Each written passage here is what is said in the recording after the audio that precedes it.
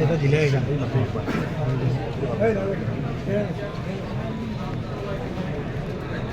পাঞ্জল এসে গেছে পাঞ্জল পাঞ্জল পাঞ্জল পাঞ্জল কিসে মার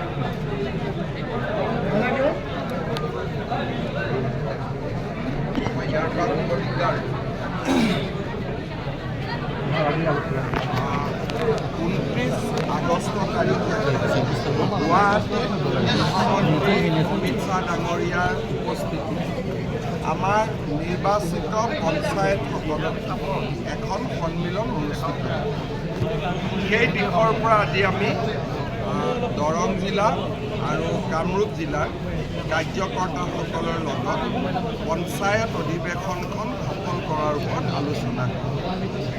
দ্বিতীয়তে 8 ছেপ্টেম্বৰ তাৰিখে প্ৰধানমন্ত্ৰী নৰেন্দ্ৰ মোদী ডাঙৰীয়া মঙলদৈলৈ আহিব। Mangaldoi medical college, Guwahati ring road আৰু নাৰেংগী কৰোৱাৰ মাজত নিৰ্মাণ হ'বলগীয়া ব্ৰহ্মপুত্ৰৰ দলংখনৰ আধাৰশিলা স্থাপন কৰিব। আমাৰ কামৰূপ জিলা, মহানগৰ আৰু দৰং জিলাৰ বাবে এই আটাইকেইটা আঁচনিয়ে যথেষ্ট অৰ্থনৈতিক বিকাশৰ সুবিধা কঢ়িয়াই লৈ আহিছে। সভাখন সাফল্যমণ্ডিত কৰাৰ বাবে আজি আমি ওদালগুৰি জিলা, তামুলপুৰ জিলা, কামৰূপ জিলা আৰু দৰং জিলাৰ ভাৰতীয় জনতা পাৰ্টীৰ কাৰ্যকৰ্তাসকলৰ সৈতে আলোচনা কৰোঁ। সভাখন এতিয়াও চলিও আছে। মোৰ অহাকালি মই তামুলপুৰলৈ আহিম, সেইবাবে মই অলপ সোনকালে বিদায় লৈছোঁ। সভাখন শেষৰ পিছত দিলীপ শইকীয়া ডাঙৰীয়াই আপোনালোকক বিস্তাৰভাৱে ব্যাখ্যা কৰিব পাৰিব।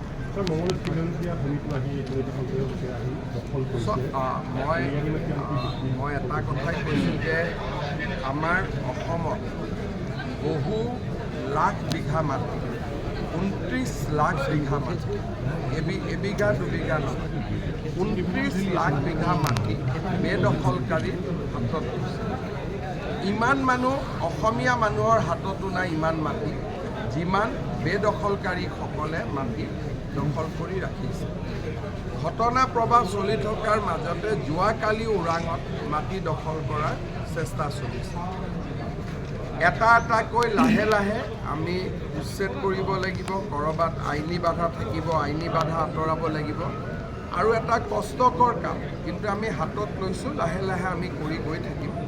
আৰু এখন আমাৰ তালিকা আছে যে কিখিনি আমি কাম সোনকালে কৰিব পাৰোঁ, যাক ইংৰাজীত ল' হেঙিং ফ্ৰুটছ বুলি কয়। আৰু আমি প্ৰত্যেক মাহতে কোনোবা নহয় কোনোবা এটা জেগাত কৰি থাকিম। মোৰ এটাই অনুৰোধ থাকিব যে যিখিনি হ'ল হৈ গ'ল, নতুনকৈ কোনো স্থানত যাতে আমি এনেকুৱা ধৰণৰ দখল হ'ব নিদিওঁ। স্থানীয় ৰাইজে প্ৰতিবাদ কৰিলে বা স্থানীয় ৰাইজে আপত্তি কৰিলে তেওঁলোক নাহে, কিন্তু আমি দুই এজনে নিজৰ মেডিপট্টা অলপমান বিক্ৰী কৰি দিলোঁ, তাতেই বহি ওচৰৰ মাটিলৈকে গুচি গ'ল। তেনেকৈ গোটেই বস্তুটো বিয়পি পৰে। সেইকাৰণে মই ভাবোঁ যে অসমীয়া মানুহ হওক বা আমাৰ ভাৰতীয় খিলঞ্জীয়া মানুহখিনি সাৱধান হোৱাৰ সময় হৈ গ'ল। একচুৱেলি সময় পাৰেই হৈ গ'ল। এতিয়াও যদি আমি অলপ সাৱধান হ'ব পাৰোঁ, হয়তো আমি জাতিটোক জীয়াই ৰাখিব পাৰিম। ছাৰ, উজনি অসম উচ্ছেদ পিছত নৈশ বাজতে শিলগুটি নিক্ষেপ কৰিছে। যাৰ উচ্ছেদ হ'ব তেওঁলোকেতো অলপ ৰিয়েক্ট কৰিবই, কিন্তু আমি এটাই কথা জানিব লাগে যে বিজেপিৰ চৰকাৰ চলি থকালৈকে আমি শক্তিশালী হৈ আছোঁ।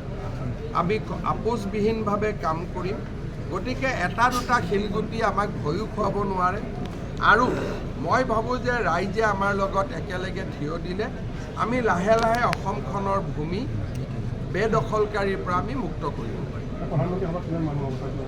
প্ৰধানমন্ত্ৰী সভাত মানুহৰ হিচাপ নাথাকে। আপোনালোক সকলো আহিব, মইনো কাক আহিব হাক দিম। গতিকে সকলোৱে আহে। মই যদি ভাবোঁ 50,000 হ'ব, মানুহ তাতকৈ বেছিয়ে হ'ব। সেইকাৰণে আপোনালোক সকলোকে মই নিমন্ত্ৰণ কৰিছোঁ।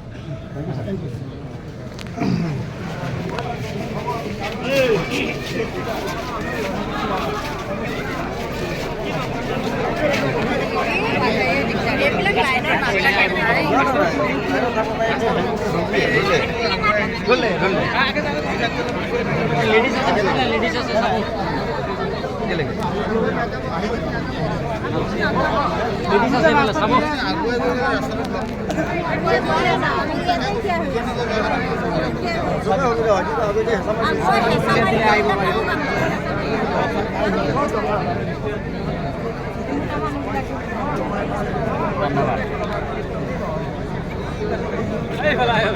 গাড়ি চলাই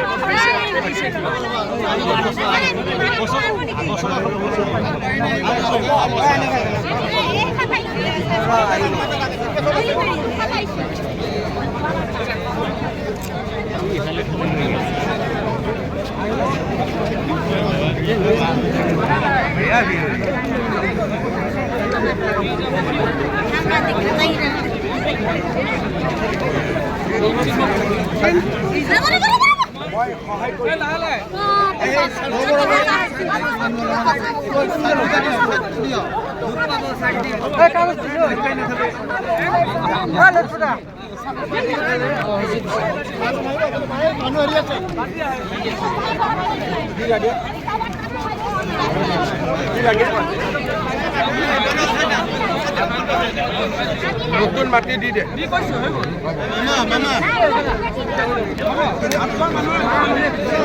মামা